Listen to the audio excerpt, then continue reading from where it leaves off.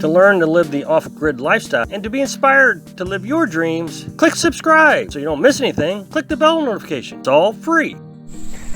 So as I have said before, but not recently, the best job in the world to have would be a meteorologist. It's the only job in the world that you don't have to be right, ever. I always keep an eye on rainstorms or storms just because we don't have TV, so I got an app and I got to check it. I check it every day. We had no indication of rain. Yesterday, we decided to come down here and clean the chicken coop. Well, Carolyn actually did it. She shoveled it all out, put it all back here. It's gonna be gross, but put it all back here in the back of the trailer. And I was gonna put this in the corn garden. I've been showing you that I've been tilling up the corn garden, so I was gonna put it over there so it had time to sink into the corn garden and fertilize it really well. About 2 o'clock in the morning, a big windstorm came through. I mean, it was huge. So I jumped on the radar, and you know how you can play it forward, and it said there was a storm north of us and it was traveling west to east, but it clearly indicated it was not going to come down south on top of us. So we were just getting the wind from it. I felt like we were okay. Now here's the thing, the first time that I've ever left the lawnmower out, the very first time, it decided to rain. I always put it away, but I didn't put it away last night because it had the manure in the back of it, and I was just going to get up this morning and transfer it over to the garden. The cloud that wasn't supposed to come down on top of us came down on top of us. So I looked at the radar again. So the radar was not showing the storm on top of us. The percentage of rain was 17%, and it's just pouring down rain on it. So I have no use for them. So now I got this big muddy mess in the back of the trailer. My lawnmower was rained on. What are you gonna do? So yesterday I had a bit of a downer day. I haven't had many of those. I don't think I've had any downer days since I've started the off-grid lifestyle. But yesterday was kind of a downer day, and I guess I should have expected it to happen. As you know, we have meat birds, meat chickens, whatever you want to call them. They're Cornish cross, and they're starting to get old. They're 8 weeks old this coming Thursday. This is Saturday. So they're about 7.5 weeks old. Anywhere from 8 to 12 weeks that you got to butcher them. Otherwise, they'll get so old that they won't be able to maintain their heart rate and all that. Right now, they're getting so old, it's hard for them to get up off the ground with their legs, and they waddle around. It's sad to see, but I mean, they're just starting to get old. It's time for us to butcher them. Even though they're so young, that's just the way it is. That's their life expectancy. Well, yesterday I came down and one was dead. Nothing you can do about it. I've looked it up, and you get about a 5% loss. So that means that we had one that was attacked by a possum.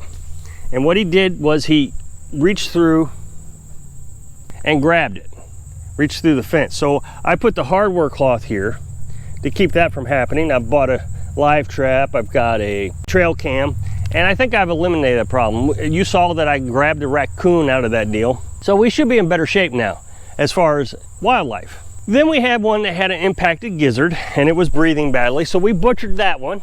So we ate it. And then we lost that third one. No idea what it was. I would imagine probably a heart attack or something, just the way it's gonna be. It wasn't even that hot. I decided I was gonna give him a bath again. I've been giving him a bath about every 3 days. So I put him in a bucket of water, and I noticed one that had a rectum that was pooched out. Trying to not be too disgusting. And I didn't think anything of it. It wasn't that serious to me. It happens, I guess, I don't know. What happens is those chickens, when they push on eggs too hard, they can get that to pooch out. And you're supposed to put it back in, but I hadn't had any time to research it. Well, these guys aren't even producing eggs. They're not even old enough to produce eggs yet. So there are other reasons. They can get impacted somehow, and they're pushing too hard to go potty. They might have what's called pasty butt, and that might cause a problem. I don't know what her problem was. Well, what'll happen is the other chickens will peck on it. Well, later that day, she had expired, and I think Carolyn actually witnessed that because she saw the other chickens pecking on it. So I don't know, maybe if the other chickens killed it or if the impaction killed her. Later that day, really bad day, I told you, we had another one that had a impacted gizzard. So that's 2 now that we've had it with an impacted gizzard. So we butchered her, that was no big deal. So that means now that we've lost a total of 5, we've ate 2, so that means there's 3 that we lost, and 1 was an animal attack. So realistically, we've lost 2 because I think we've prevented the animal attacks. I don't think we're gonna have a problem with animal attacks anymore. We're right at that 5% mark, depending on how you look at it. I really do believe the animal attack was a learning experience. I had no idea that the raccoon would reach through there and grab a chicken's wing. That's what happened, grabbed the chicken's wing through the fence and tore it off. And at the time, I wasn't understanding rabies that well. Now I know I could have cooked it as long as I was safe handling. If it had rabies, it would have been fine. But at the time, I was thinking, well, if that raccoon had rabies, or it wasn't a raccoon, sorry, possum had rabies, it could transfer the rabies to the chicken. So I decided that I wasn't gonna do it. Now, everybody will say that possums and all that don't carry rabies. Possums do carry rabies, not very often I've learned, but they can carry rabies. Raccoons are the primary carriers of rabies. So here, this is our primary meat bird chicken run. And it's got the dome in there. They can go underneath that dome. Well, it rained last night, so they actually did pretty good. They survived the rain really well. That was great. That was the first huge storm I think they had to endure. And then over here, we had the littles. They're Americanas. They're just too young to be mixed in with Frenchie, our rooster. And then over there, we have the mature birds. They're the ones that can produce eggs. But the thing is we knew that the meat bird chicken run was getting too small. You're supposed to have 10 square feet per chicken. Well, this 10 is only 100 square feet. And we got 23 chickens now. We had 28. So it's just too small. We need 20 square feet at least. So that meant we had to open up another one. So today, that's what I've been working on doing. The problem is I really didn't have much of a solution because of Frenchie.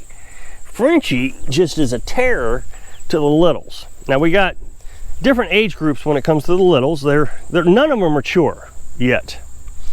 So we had the Rhode Islands, we got 4 of those, and they should be coming into maturity level and producing eggs within the next week or 2.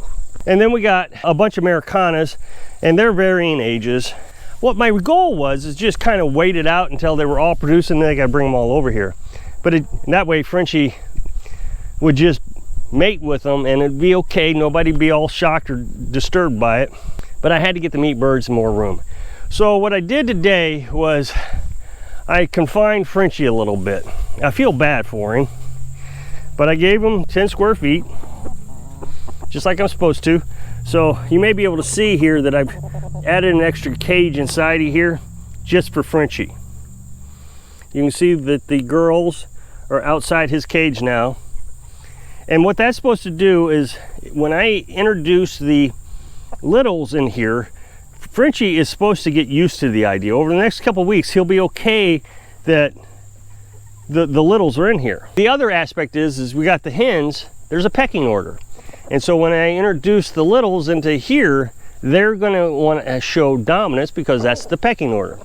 But I did it anyways, and I was hoping to overwhelm these mature hens with the number of littles that we have. The thing is they're not being abused by the hens, but there is pecking going on, and that's just going to happen no matter what research you do on that. We got 2 I just scared out here when I moved the brick. As you can see, the hens, she's coming over. Now I do believe one of those might be a rooster. He's going to get butchered anyways. The other one on the right there, I think that's a hen, an immature hen. Now look at that. The mature one is really small compared to the Americanas. That's the Buff Orpington there on the left, the brown tan one, and a very young Americana. Over here we have the Rhode Islands, and the Rhode Islands are actually taller than the Buff Orpington here. But the Buff Orpington will jump up and peck that Rhode Island on the back just to show dominance. I thought the Rhode Islands might actually try to protect themselves, but they came in here, they're hiding out. Now, here's my biggest concern. I'm afraid I may have caused some stress to the Buff Orpingtons. Right there, see, I didn't get it. So if I've caused stress to the Buff Orpingtons, that might mean that they won't produce eggs for a while. We'll see how it goes, but right now I got anywhere from a week to 3 weeks of dealing with the meat birds. Once the meat birds are butchered, then we can open everything up and everybody have all the room they want. Now at night, I'm going to put Frenchie in the camper. That's where the littles are going right now. They've been going in the camper every night, but it's a lot of work. We got 12 birds that I transfer in the camper every night. Now the littles, they'll sleep in here with the hens, and I'll take Frenchie, just one bird now, into the camper. That'd be a lot easier. It won't take near the amount of time. But there was no perfect solution today. That was my problem, is I didn't have any perfect solution. Every solution caused a problem. I knew the littles were gonna get beat up if I brought them over here today. I knew Frenchie wasn't gonna be happy in his little cage. He's not, I mean, it's not too bad. He seems to be okay, but I feel bad for him that he's in this little cage and he's got to stay there. We thought about buying a dog pen, you know, a dog cage, but I thought, well, shoot, I got plenty of fence. I could just fence him in like that. The other issue we're having with mixing in the littles with the matures, food. The littles require protein food. So we give them 22% protein food. The mature hens require calcium food, and it's only got 16%. So now I'm having to try to figure out how to make sure everybody's getting the right diet. So I brought some 22%, I put it in here. We got calcium in here. Of course, everybody's in the wrong spot. The littles should be out here eating, and the hens should be in there eating. The thing is it's not a big deal. I mean, we want the littles to eat the protein. If the mature birds start eating the protein and don't get enough calcium, it's just the eggs will not have a good shell on it. What I can do then is I can just grind up the eggshells that we eat and throw them back in here. You don't want to give them full eggshells, because then they'll start eating their own eggs. But we'll grind that up, and then they can just peck around and eat their own, you know, calcium, recycle the calcium. So I hope I can inspire you to work through your problems when you're living your dream. Thanks for watching.